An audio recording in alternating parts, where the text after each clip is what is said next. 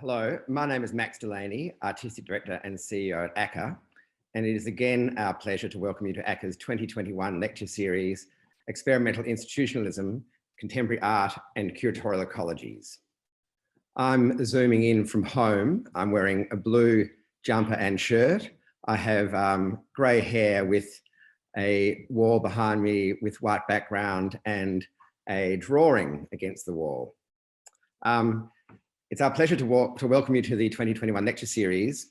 This year, in response to the significant impacts on practice, movement, cultural production, and community gathering as a result of the pandemic, and with a particular desire to maintain and strengthen international connections in the face of limitations on travel, movement, and collaboration, we have recalibrated the format of our annual lecture series from lectures to dialogues involving Australian and international colleagues. ACCA's 2021 series explores an array of artistic, exhibition, curatorial, editorial, and institutional models that are shaping contemporary art and curatorial practice in these radically changing times. The series seeks to explore alliances that can be drawn across borders, as well as the ways in which we might work and learn differently in response to the specificities of locality, place, culture, and community. The series has been developed by ACCA's curatorial and public programs team, and I would like to thank and acknowledge my colleagues Miriam Kelly, Bianca Winata-Putri, and Annika Christensen, and also to thank Bianca for her coordination of logistics and digital production. For this second dialogue in the series, we are delighted to welcome and introduce curator Gridthiya Gaweewong and artist Emily Floyd, with a focus on education, alternatives, and the academy. The format for the dialogue involves two independent presentations of approximately 20 minutes each, followed by a conversation between our two guests.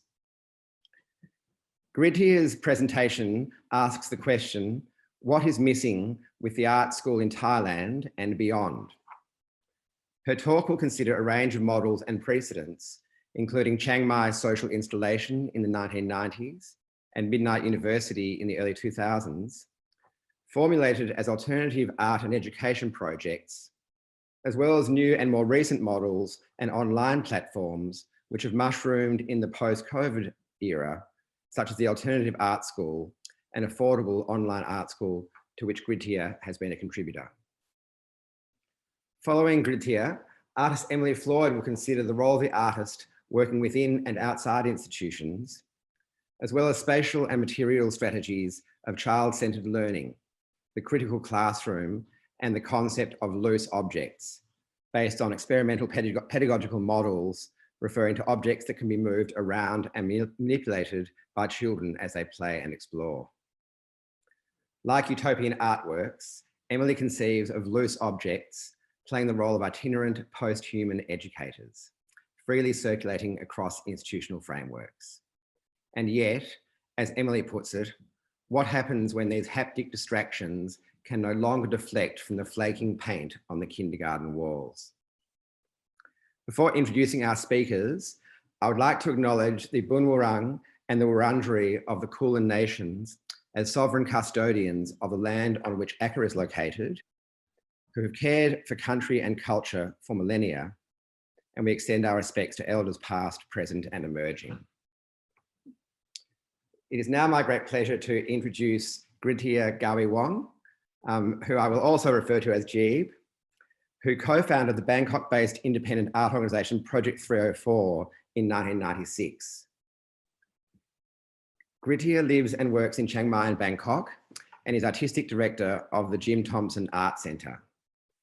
Her curatorial projects have addressed issues of social transformation confronting artists from Thailand and beyond since the Cold War. Jeeb has curated numerous regional and international exhibitions, including Under Construction, Tokyo Opera City Gallery, and Japan Foundation in 2003. She has collaborated with an eminent group of artists and colleagues on projects, including Politics of Fun with Ong Ken Sen, an exhibition of artists from Southeast Asia at Haus der Kultur und der Welt in Berlin in 2005. With Apachitpong Wirasikatul, she developed Bangkok Democracy and the 4th Bangkok Experimental Film Festival in Bangkok in 2005. With Rikrit Tiravanesia, she developed Saigon Open City in Ho Chi Minh City in 2006. And with David Tay, she developed Unreal Asia, Oberhausen International Short Film Festival in 2010. Jeeb also curated Apachik Pong's exhibition, The Serenity of Madness, at Mayam Contemporary Art Museum in Chiang Mai, which toured Asia, Europe, and the United States from 2016 to 2019. And she was part of the curatorial team for Imagined Borders, the 12th Gwangju Biennale in Gwangju, South Korea in 2018. Gridthiya is currently preparing an exhibition entitled Errata, Collecting Entanglements and Embodied Histories at Mayam Contemporary Art Museum in Chiang Mai, initiated by the Goethe Asia Pacific Regional Office in partnership with Singapore Art Museum, National Gallery Jakarta, and Hamburger Bahnhof Berlin, scheduled for later this year and next. It's equally my pleasure to welcome and introduce Emily Floyd, a Melbourne-based artist who works primarily in sculpture and public installation, drawing parallels between contemporary art and pedagogical models to generate spaces for engagement and interaction. Emily's work explores the history of play, employing it as a framework for investigations into public philosophy, socially engaged design, topography, and the legacies of modernism. Emily's work was represented in the 56th Venice Biennale, curated by Okwi in Weizhou in 2015, and she has completed a number of large-scale public commissions, including Eastlink Freeway, Hardy Museum of Modern Art, and Monash University in Melbourne, and Australia Square in Sydney. Emily is a senior lecturer in the Fine Art program at Monash University's Faculty of Art, Design and Architecture. She is a Sidney Meyer Fellow and a Fellow of the Australia Council of the Arts, and is represented by Anna Schwartz Gallery. Jeeb and Emily, thank you again for joining us. It's a great honour to have your involvement with our 2021 series of dialogues and to focus today on education, alternatives and the academy. So without further ado, to commence proceedings, I'm delighted to hand over to Gridthiya Gaweewong to discuss what's missing with the art school in Thailand and beyond. Thank you, Jeeb.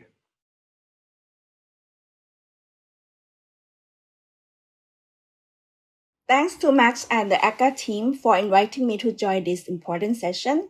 And today I will talk about the history of arts education in Thailand and see what's missing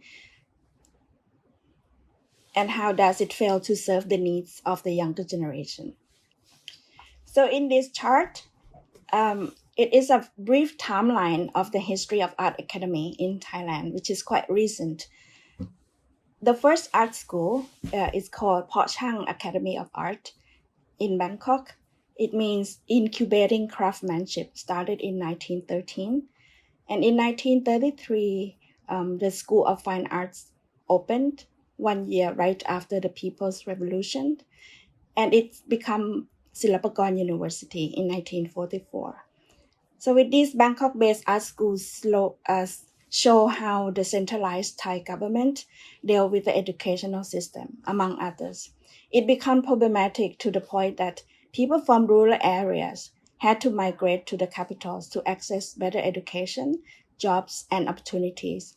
It took 40 years for the states to slowly decentralize the art school to the other regions, with Chiang Mai University open in the 80s in the north, Khon Kaen University in the northeast in the 90s, and Prince Songkhla University in Pattani, which is in the deep south, in 2000.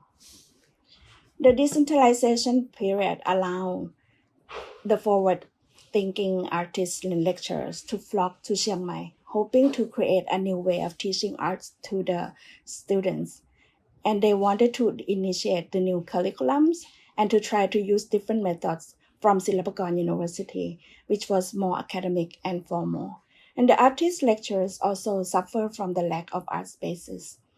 And to show their work to the public and the other faculties from, once they opened a few years ago, they started to look for a new spaces, which is not inside the university, to show their works to the public. And this led to one of the most important art projects being initiated and later become an a very important historical project. It's called Chiang Mai Social Installation, which I will go as CMSI from now. The project continued for almost a decade, starting from the early 90s and end almost in the end of around 1998. And the first one, the title was Art Festivals, Temples, and Cemeteries, which they show the works of arts of artists in Chiang Mai and their students from the faculties of fine arts around these areas, which is in the temples and cemeteries and the other public spaces as well. It was initiated by Uthit Atimana, the artist and lecturers from Chiang Mai University, faculties of fine arts, and his friends. Among them is Mit Jae-in, who came back from Vienna and who primarily wanted to put in place a solution to the problems of the art educational system in Thailand. For Uthit himself, he applied his belief the relevance of Buddhism and arts by using temples as spaces for arts activities over a specific period. So this idea brought many artists' projects to interact with the monks and the civilians. And on the left-hand side, you will see that is the pre-modern education in Thailand, which mostly exists in the temple. And on the right-hand side is the work of art by Montian Bunma, who invited artists, the monks, to participate in his work. But because Uthit believed that the temple used to be the community and education centers in Thailand, so his idea was to reconnect with the society at large and try to reach out to them in their daily basis. So in this festival, the artists discussed by using existing spaces to show the works, for example, temples and cemeteries, as well as other public spaces around the cities. And they aim to take out the arts from the white cubes of the galleries, believing that everywhere can be the space of art. And the organizers wanted to encourage them to see the city space as an alternative art spaces. Uthit noted that we must give credit to Montian Bunma because he conceptualized this idea in Bangkok and in Chiang Mai. So this is a sample of the activities in Chiang Mai social installation, which is not about showing the arts to the public, but it's always also engaged with the discussions, lectures, and performance arts, in different areas. So in these pictures, you see the lectures by Thani Arata and Kimo Kuchia, who were the curators from Japan, who came to Thailand for his research search for the Japan Foundation's Asia Art Centers. And there was also the lectures by Sulak Sivaraks, who talk about Buddhist vision on creating new society.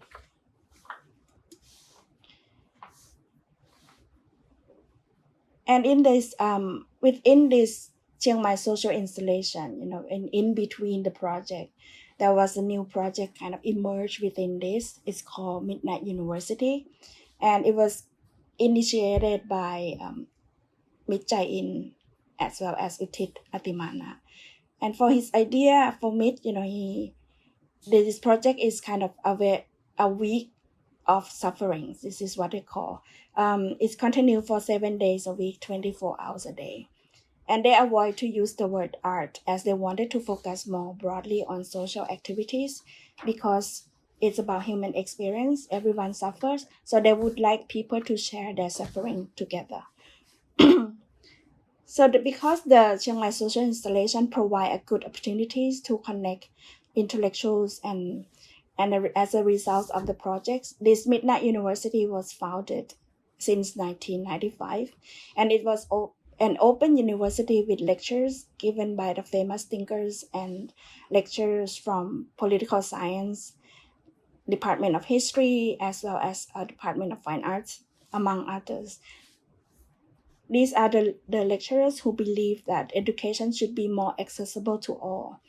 And they gather together at Thap Hair Gate at midnight to discuss and exchange ideas about social issues among each others and share with the communities. Their motto is, in quote, "The daytime is dark, but the night is bright."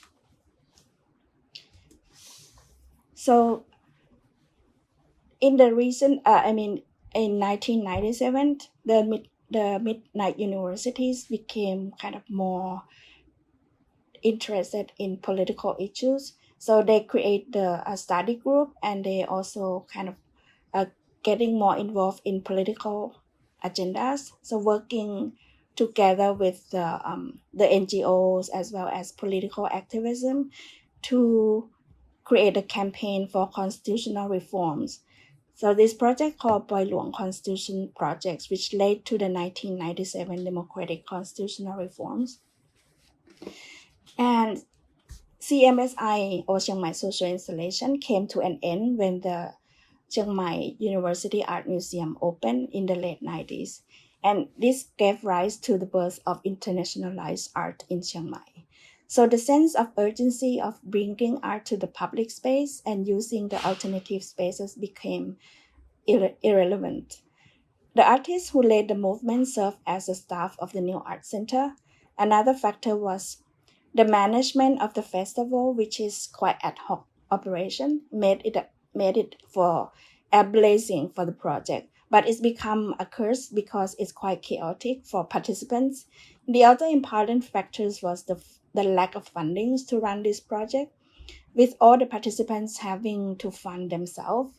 So it's quite difficult to sustain this kind of project, even though it's brought many positive outcomes to stakeholders. So later, this Midnight University transferred to an online platforms in the early 2000s. Actually, it's already started to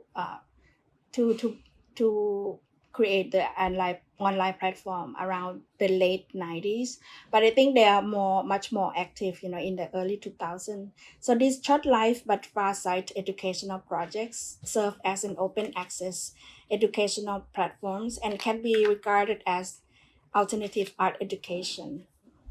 So while Chiang Mai social installations slowly decline, alternative spaces emerged in Bangkok from 1996, when my generation returned from abroad to initiate alternative spaces such as About Cafe on the left-hand side and Project 304 on the right side, as well as Dadu Contemporary Art.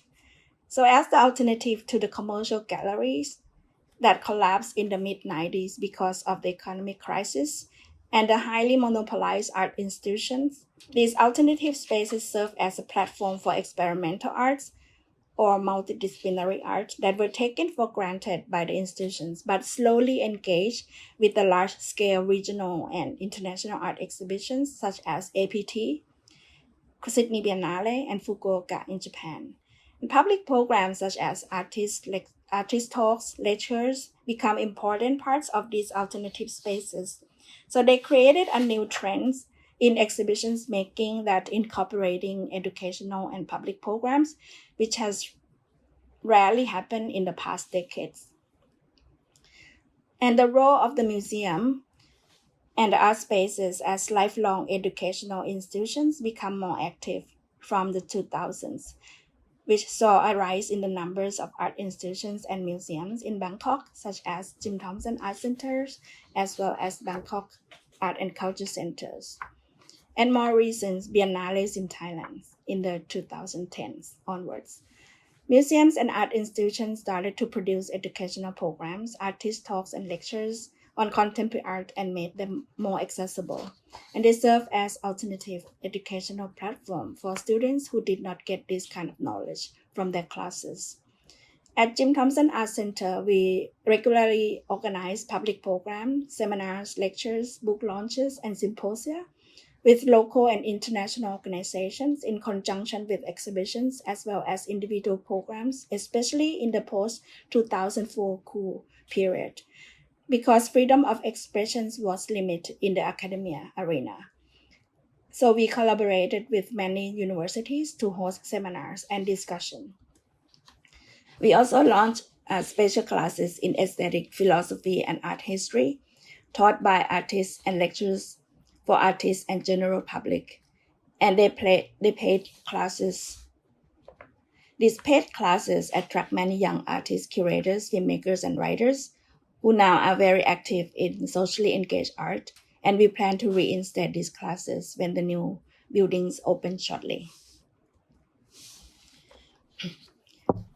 So from the 1940s to 1980s, the art school curriculum was quite static, but it still rules the art scene through the educations, national exhibitions, and art competitions, which were judged by the same jury members from Silpakorn University mainly. This dominance served to flatten artistic expressions and productions for 4 decades. However, the art scenes were shaken and challenged by younger generations who returned from abroad and introduced new kind of art such as video arts and performance, such artists as Aphinan Posyanont and Jumpon Apisuk. Some of the old ideas of aesthetics formulated by Corrado Ferrucci or Sin Piercy and continued by Silpakorn University alumni, and the traditions of Silpakorn aesthetics prevail and were maintained as a status quo. It becomes a problem of the dinosaurs' attitudes that held back new ideas and progressive contemporary art lectures. When the Chiang Mai social installations exhibit in Chiang Mai in the 90s, the reporters wrote an article in the newspaper and asked question, but is it art? So these problems were disrupted because of the awareness of Thai politics in the last decades and culminated during the COVID-19 pandemic starting last year, when art students can access the studio and they're forced to learn through online platform. The question of the reduction in tuition fees is raised. This happened not only in Thailand, but across the board, especially in the US, where the tuition fees are expensive. Many Southeast Asian students who study in the West had to pay the same amount for the online program. And recent discussions about the role of art schools and the university in general have raised in the questions of risk, whether they will still be useful and relevant in the near future. The questions of affordable art school without a degree and global accessibilities become core issues for Nato Thompson, the former director of Creative Time. During COVID, he established the online art schools called the Alternative Art Schools, which aim to create a global arts community where artists around the world teach artists around the world. And one day he called me to ask if I want to join as the inaugural faculty members to teach alternative art history. I couldn't say no to this opportunity to build up something new, affordable from the Western standards, and open to all.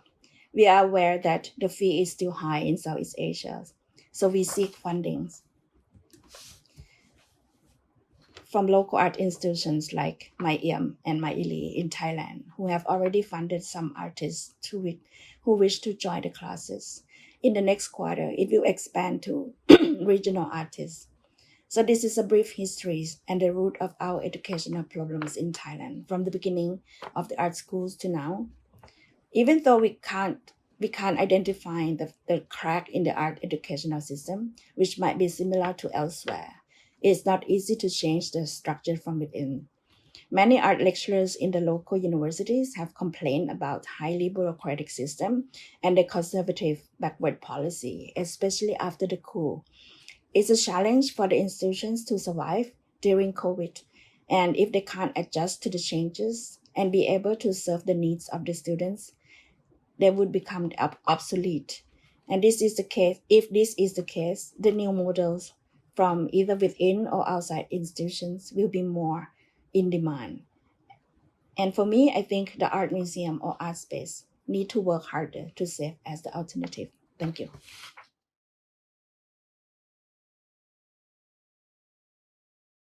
Thank you, Max and Gridthiya. It's such an honor to be in dialogue with you today.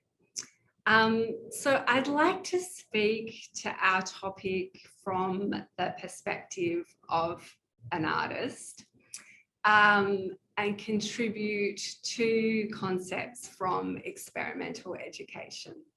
The idea of the critical classroom and the idea of the loose objects. And in doing so, I'd like to think about what's at stake when we talk about education. Because for me, the idea of a critical classroom is a really powerful process and methodology against the rise of the right wing, which is a very kind of worrying set of conditions. But if I can take some time to locate myself, I'm joining this conversation from Wurundjeri land, and I acknowledge and pay respect to the elders, past and present. This is stolen land, never ceded.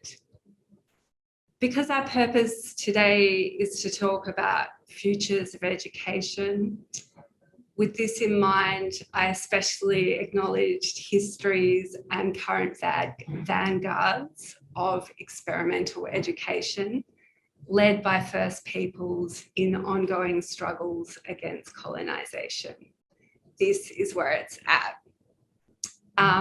As a lecturer at Monash University, I acknowledge the incredible work that Professor Brian Martin and the Wominjinka Jimbana Research Lab is doing towards decolonising the curriculum, including the recent Tree School project at Mama.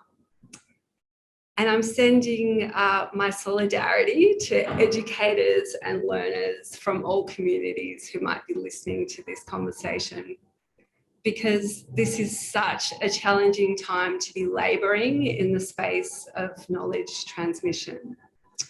So I'm speaking from my studio at the Collingwood Yards. This is a kind of multi-arts precinct in the inner city of Melbourne. It's been recently redeveloped, but this studio is actually a former classroom in a former technical college where I began my art education in the 1990s. So here in this place, I learned metalsmithing, which would become a foundation for working as a sculptor. So back then, to learn to make an object, we were taught to break the process down into components and to repeat 60 hours of practice for each skill. So this was very much a model of technical education that has declined in art training. And it was a model that was based around the idea of the factory and the production line. But I believe, though, that this factory model still predominates in contemporary art schools, but in a very different way. And I hope that we can speak about that. Over the years, I've created a series of experimental classrooms as models, and these use humour to speculate on the tools of the future, with a focus on the prepared environment and the idea of loose objects in the classroom. And now, at this time, I'm just beginning a project that explores the role that the critical classroom can play in designing anti-fascist futures. I'm setting up a production line, carving these kind of cartoon-like sculptures that are designed to act as friendly wayfinding characters in public space, but employed towards the goal of navigating an anti-fascist politics, a politics of location or situated knowledge. Thinking about this idea that we're addressing today about possibilities for working outside the institution, in some ways, I can only speak from my cultural background. My mother was a ward of the state. As a child, she was incarcerated in an orphanage in South Melbourne. So for me, I actually have the government as a grandparent, and growing up in an environment of anti-institutional struggle, I have a really particular relationship to the concept of de-institutionalisation. I don't really believe in an inside and an outside, or if there is, then the inside and the outside are separated by a very fluid membrane. And I think that you need dark humour to move through and across ever-shifting mercurial vectors of oppression. And from my family's perspective, I know that we can locate ourselves outside only to find institutional violence elsewhere, to be folded back in. But I think that artists have amazing tools at hand to make their own folds. It's not enough to know how things really stand. The things themselves have to know how they stand. In this way, I think the term institutional critique, it now seems narrow and responsive.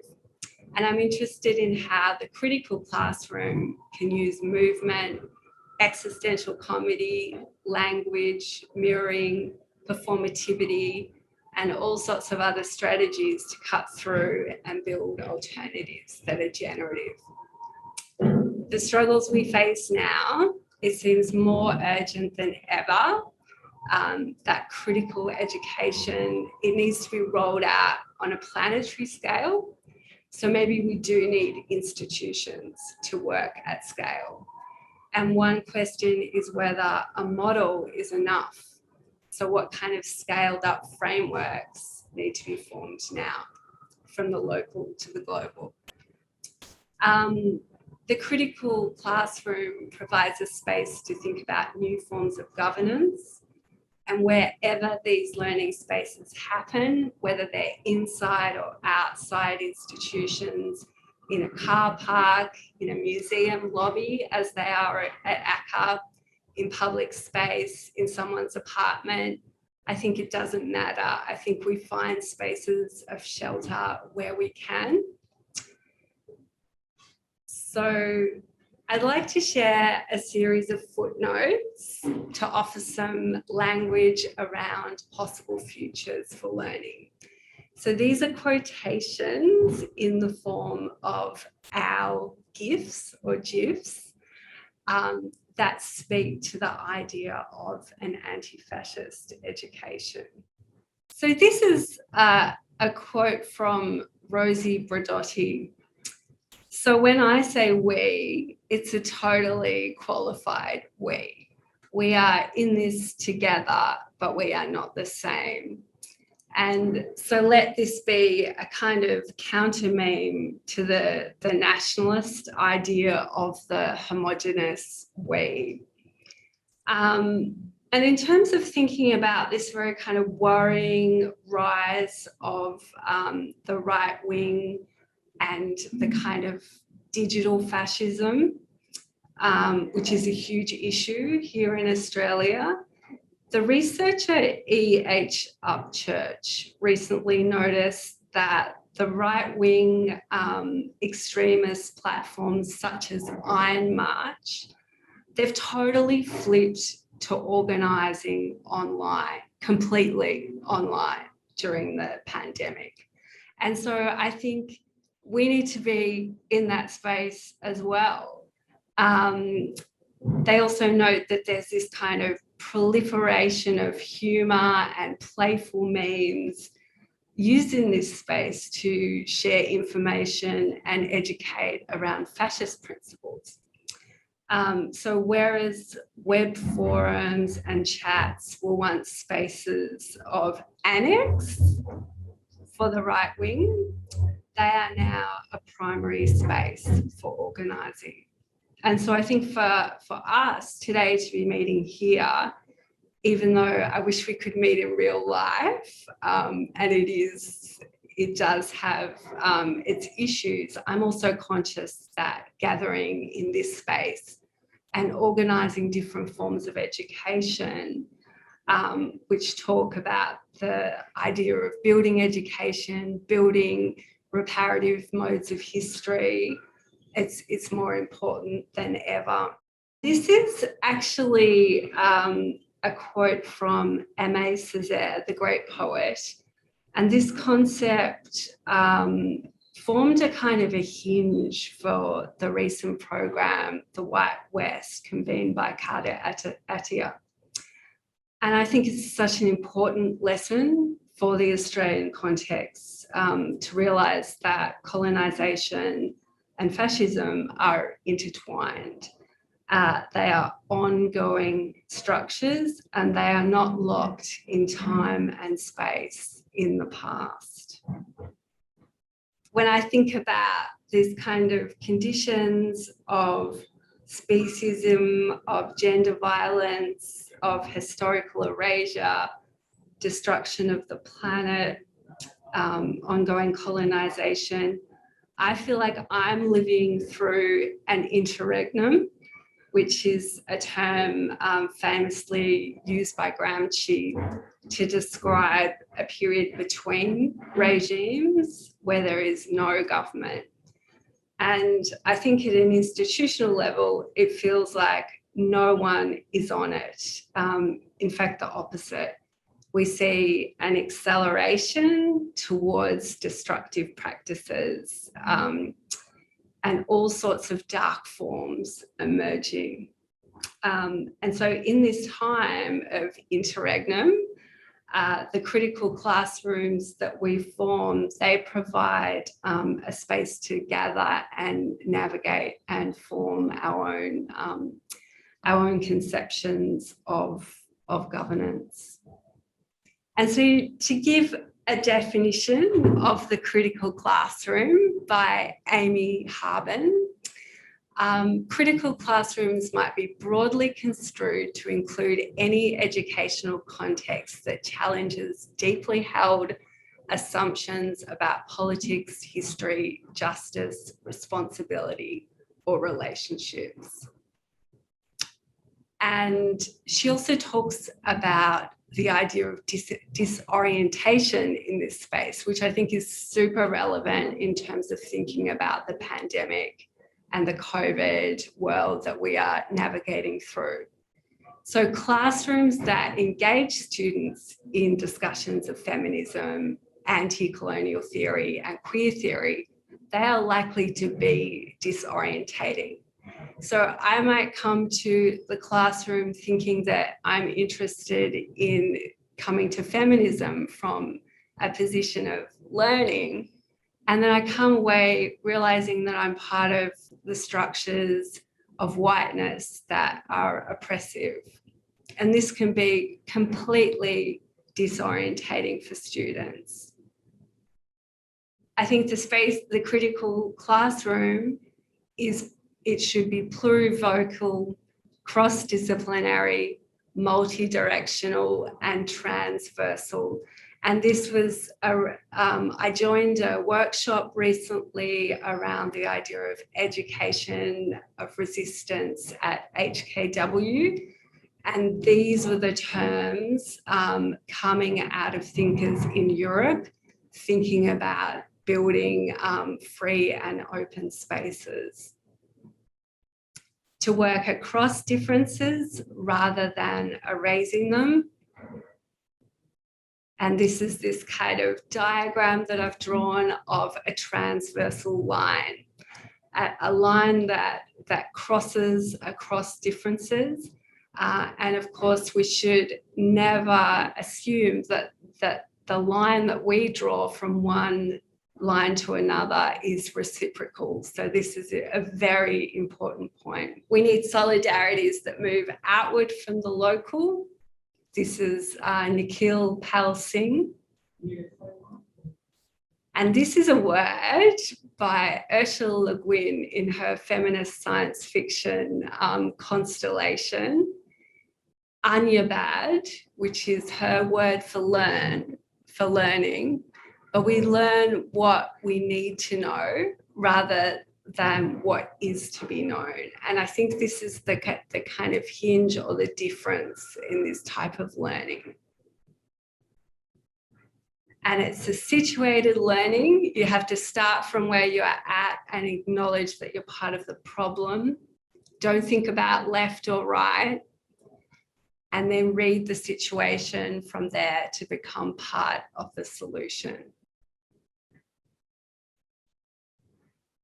And in this space, I think we really need to be clear and be having conversations around how students, how educators, how artists are supported, because there has just been a very long period of extraction. Economy is built on extraction. And so this is a concept from Selma James and Silvia Federici thinking about wages for students. Why can't people be paid to study? People need to be paid for the work that they do. And so I look forward to discussing the kind of economies that we have in education. I might finish there, and I'm super excited to be in dialogue, and thank you again.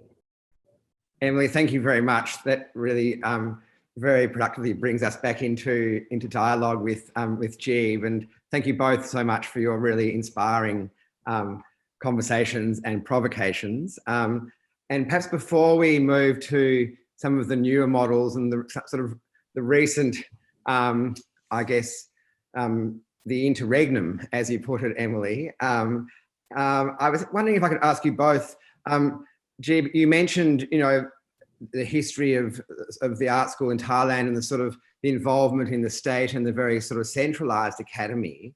And Emily, you spoke also about the history of the modernist art school being akin to that of the factory. And I wonder if I could ask you both to reflect, and perhaps starting with you, Jeeb, but with Chiang Mai social installation, for example, do you see histories and models where those independent or alternative practices that take place outside the academy, with the involvement of artists such as Montien Bunma or Araya Rajamansuk or others who then subsequently were working in places like the Chiang Mai University, the art school there.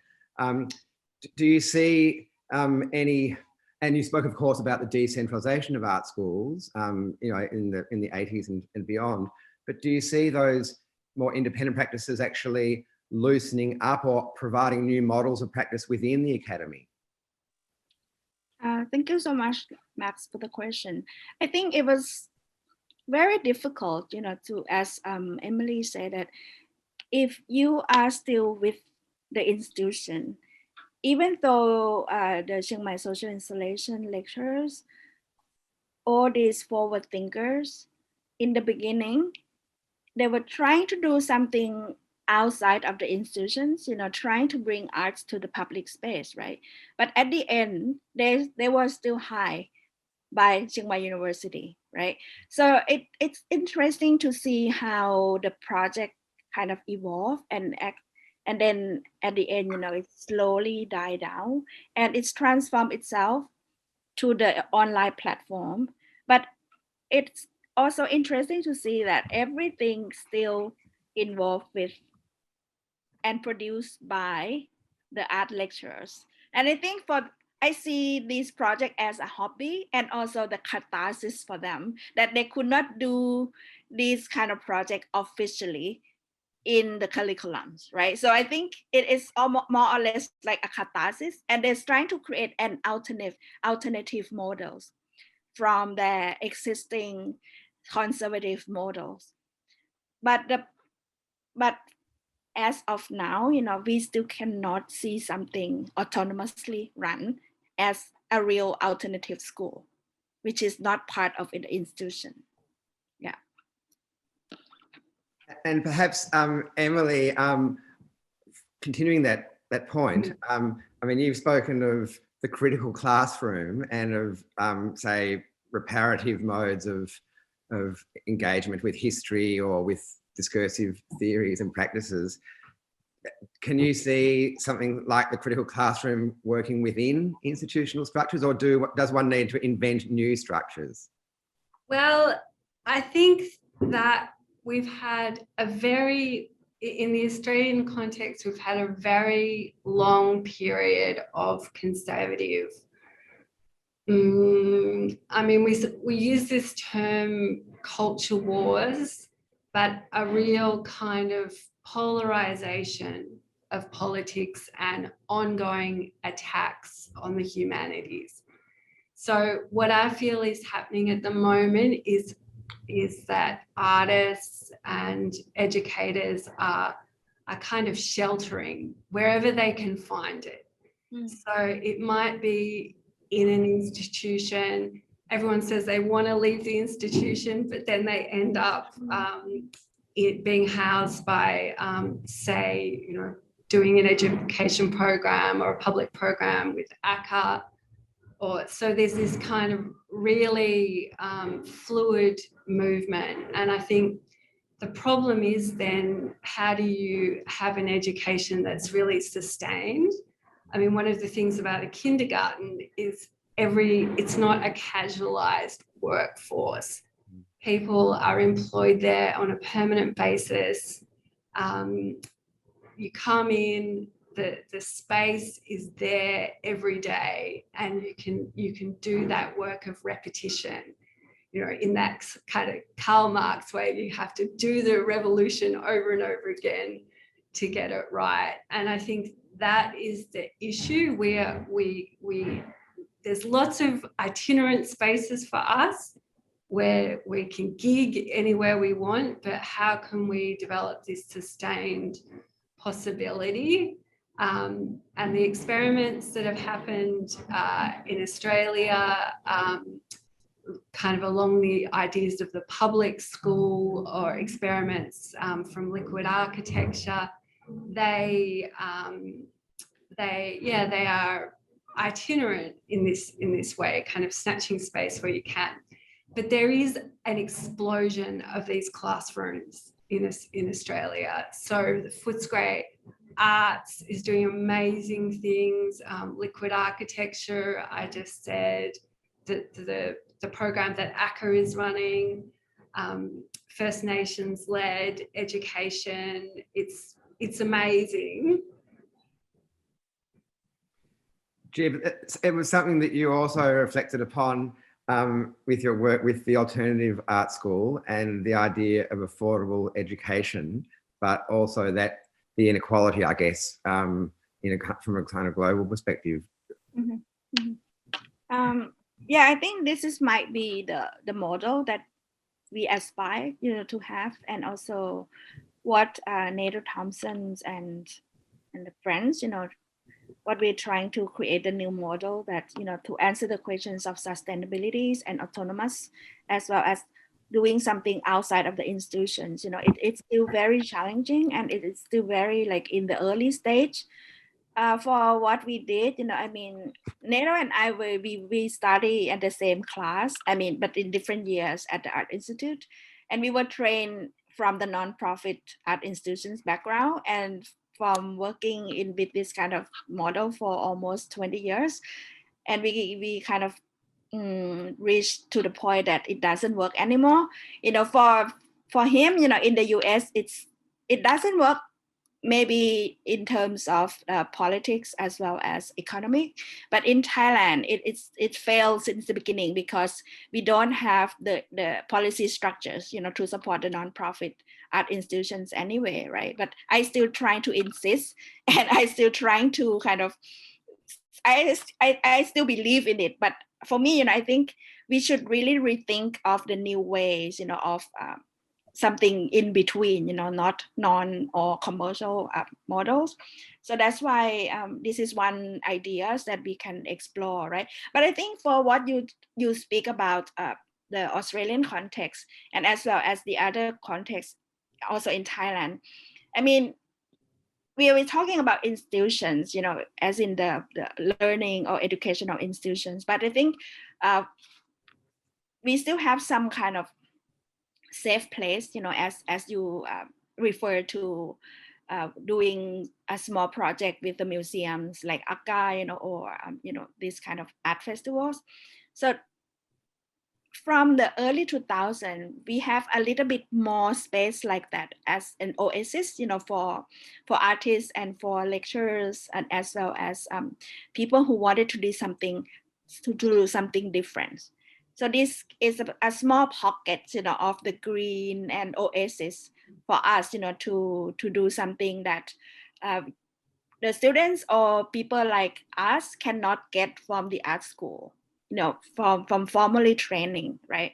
And for me, I'm going to give you some example of what we did at art centers. We offer the students and general public the paid class, of art philosophy and theories, as well as histories, which is quite interesting that it did not really exist in the art school. And the problem is we don't have people from the arts faculties to teach that. So we have to invite professors from philosophy department as well as political science department to teach.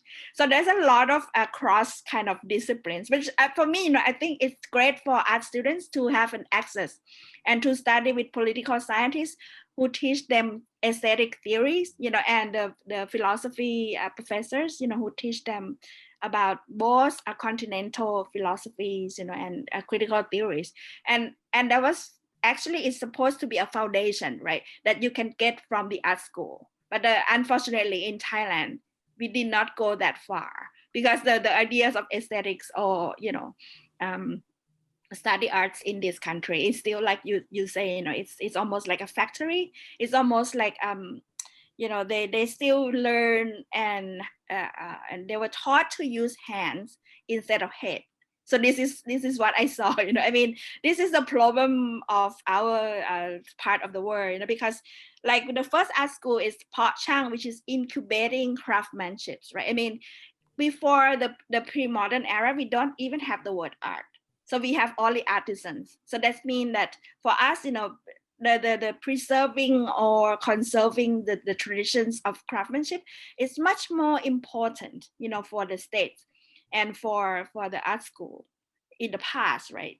Like producing something by hands, and they kind of anti head-oriented artwork, meaning like conceptual, some more process. So this is what I saw, and it's kind of the core problems, of our art school.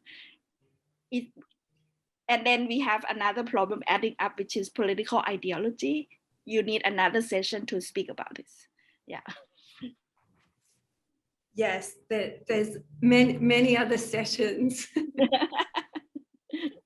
Yeah, but in some ways, thinking about that kind of binary division between cognitive labor and manual labor, the contemporary art school loves this cognitive labor, because you don't need to give students studio space. You don't need for them to be there all the time doing this kind of embodied work.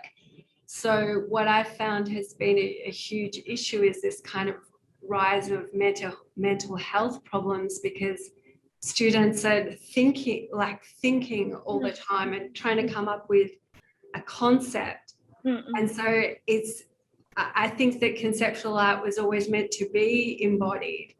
And so this issue of the concept, it's like a marketing problem. When I have my idea, then it will be ready. So yeah, I think going too far into spaces of thinking, and that has been something that has come up actually in this community, thinking about how we might have an independent art school, is it's perfect for theory. It's perfect for crits. It's to be online. It's so good because you can, like you say, you can connect with anyone. And once you get used to the kind of awkwardness of it, once you get into it, it's really good, and you can join from anywhere in the world. But in terms of a studio, this is really difficult. And here we're still kind of thinking in this space of real estate and gentrification and who owns land and colonization, who gets paid for their work. So yeah, I think it is difficult. If I could ask you perhaps also about the politics of the present moment, and Jeb, you mentioned a minute ago political philosophy. And, earlier on you spoke about Midnight University, and then the way that it ramped up following the coup d'etat in 2006 in Thailand. And I wonder if you see things at the present moment and, with the increasing activism in Thailand, for example, does that provide new forms of art or education to emerge? Of course, yeah. I'm even can go back to the foundation of education in general, because we have a new movement which I don't think I can see it in my own eyes in this present time, because in the last few years, there's a slowly kind of emergence of a high school students movement, which they call themselves bad students, right? And I think the problem of education in Thailand, not only art, it's totally based on the ideas of highly conservative, and totalitarian states. The way that the students can still have to wear uniform. So now for them, when they're really alert about their basic rights, this is the first thing that they protest. Like, why do we have to still wear uniform? The uniform cultures in Thailand, it started since Rama 5, and then it's kind of reinforced after the war, because they would the government wanted to standardize the students, right? And then it's not only control the body, that, okay, you have to wear the same thing, but it's also control the haircut, for girls and for boys. Like, you cannot grow hairs more than 1 centimeters, meaning that every morning when they have to stand up in front of the flags and listen to the national anthems, the teachers will come and check their hairs. And it went to the point that, if you are the girls and the hair is long, so they would cut your hair like only a little bit, but it's already violated your basic rights, right? After the coup d'etat in 2006 upwards, these kind of students, they grow up during the political crisis in Thailand. 10 years passed by. They really, really kind of develop the sense of, politics, the sense of like basic rights. And that's how they started to critique, the not only a curriculum and educational system, but also the behaviors of the teachers who ill-treated them, and also about the diversities and blah, blah, blah. So this is happening within the high school communities, So, and for your questions, Max, the art school, it's really, it went across the board, and it's translated beautifully in the movement of the youth movement, right? This university students uprising, after COVID last year. Artists work closely with this movement, and they always organize their activities alongside with the protests. In the past, in the 70s, art students work with the peoples, for the during the political uprising, and that's the only time that you saw that they work closely with people on the streets, right? 80s, 90s, artists, the role of artists in the political movement is very, very invisible. Their work would be on the background of the stage, right? But this time is different. They totally like collaborated, and they were part of the movement. They are the one who more or less like serving as both foreground and background.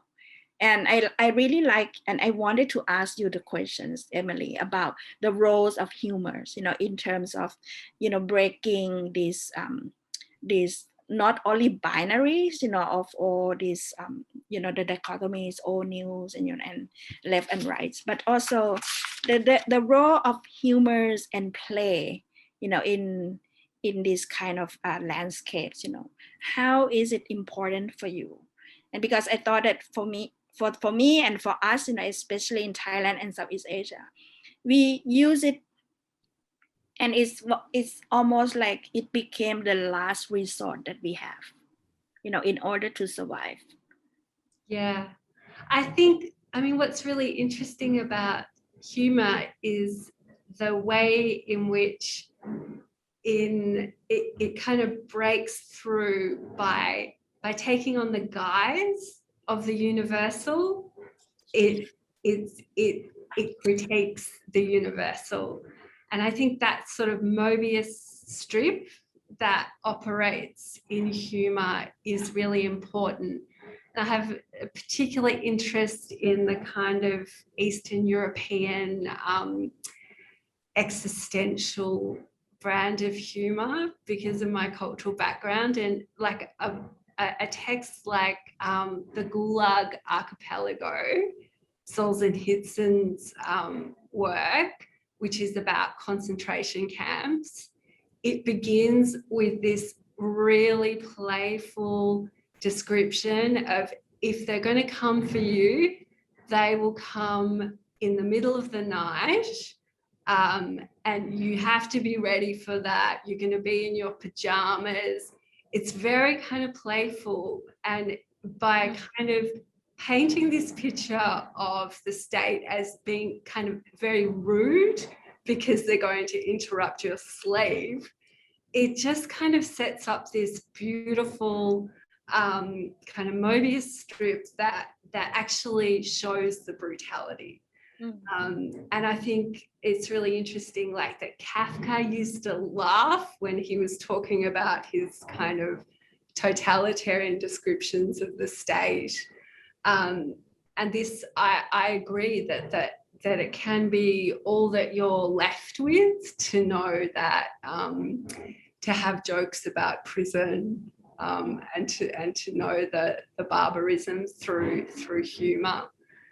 But yeah, I think it's a very powerful performative. I mean, think about those kind of great works from the history of institutional critique. They take on the guise of the institution as a kind of formula. But I also had a question for you. You were speaking at the Dakar Arts Summit, and you talked actually about the history of scholarships, and the important role that played. And I thought that was such a great point, that you can kind of create this whole movement and era through these formal opportunities. You meant the way that I spoke about how the US gave the grant to Thai students.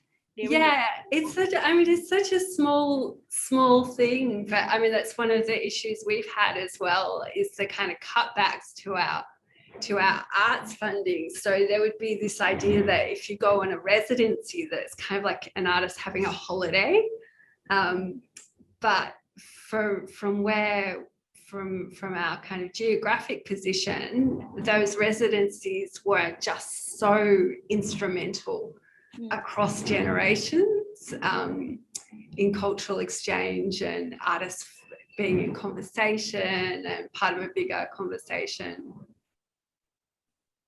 Yeah, so it's interesting to hear about it. Yeah, but there's a lot of price. I mean, a huge price to pay for that as well. Yes. I think I mean, when I was young, I'm really kind of, I look at the world with a very rosy eyes, and now when I look at that again, for example, like this kind of grants that we got, from the States, especially during the Cold War, it's quite interesting to kind of go back to that part of histories, and now I work a lot, of different projects, and the multiple kind of approach and excavating these remnants of the Cold War in Thailand. Yeah. But the one thing that I found is interesting was because of these grants, right? It's allowed the Thai students to study abroad in the US, because if you look at the histories of Thai students who went abroad and studied since like the end of 20th century, or even the early 20th century, it's all about the royal families, right? I mean, normal people will not have an access to that kind of educations abroad. And it slowly kind of shift, when the government gave the scholarships to the students. And one of the group that has super interesting, when they returned, was the People's Party. They staged the revolution in 1932. That was the first batch of commoners who got the scholarships from the government, and they study law and everything in France and Germany. That's what they got, and then when they come back to Thailand, 1932, they changed the monarchy system to constitutional monarchy.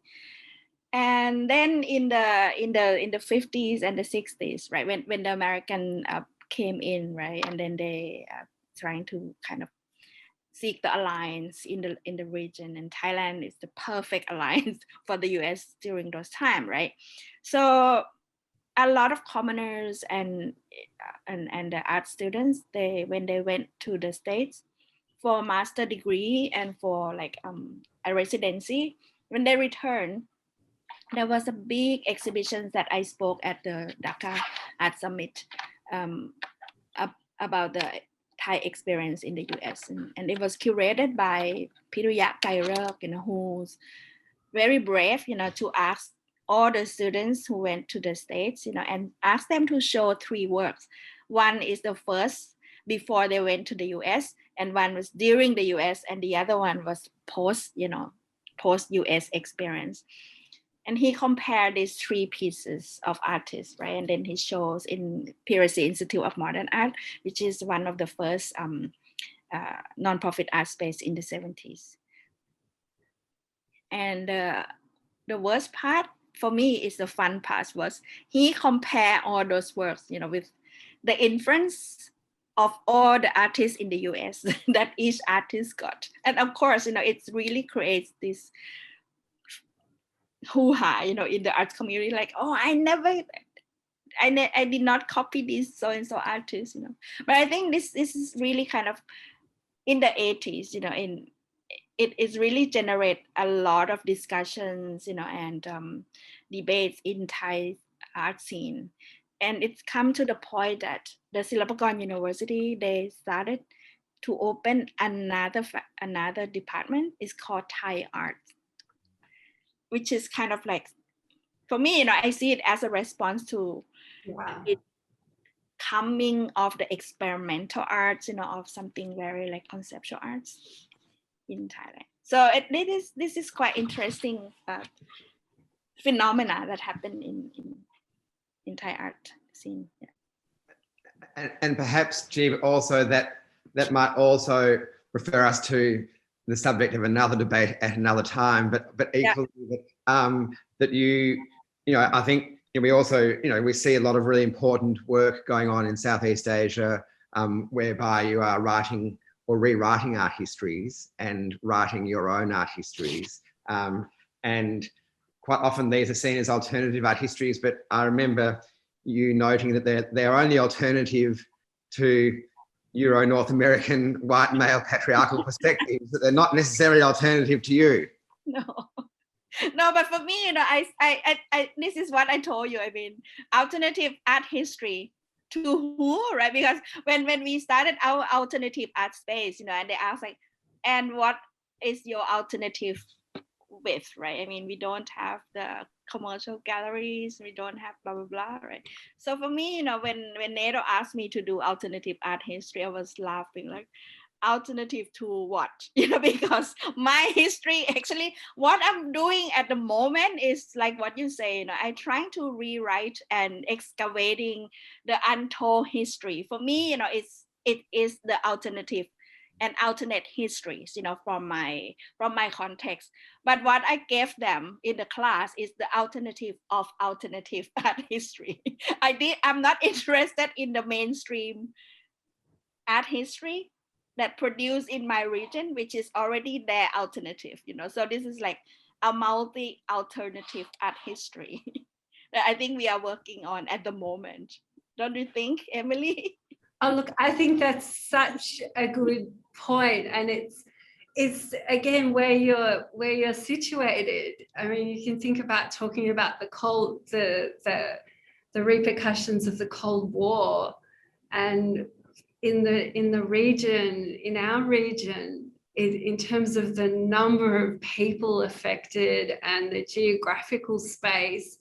There is such a limited knowledge from where I am, even about what happened at the Bandung conference, or just those histories are just not understood from where I'm sitting. But yeah, they, as you say, they are not alternative histories.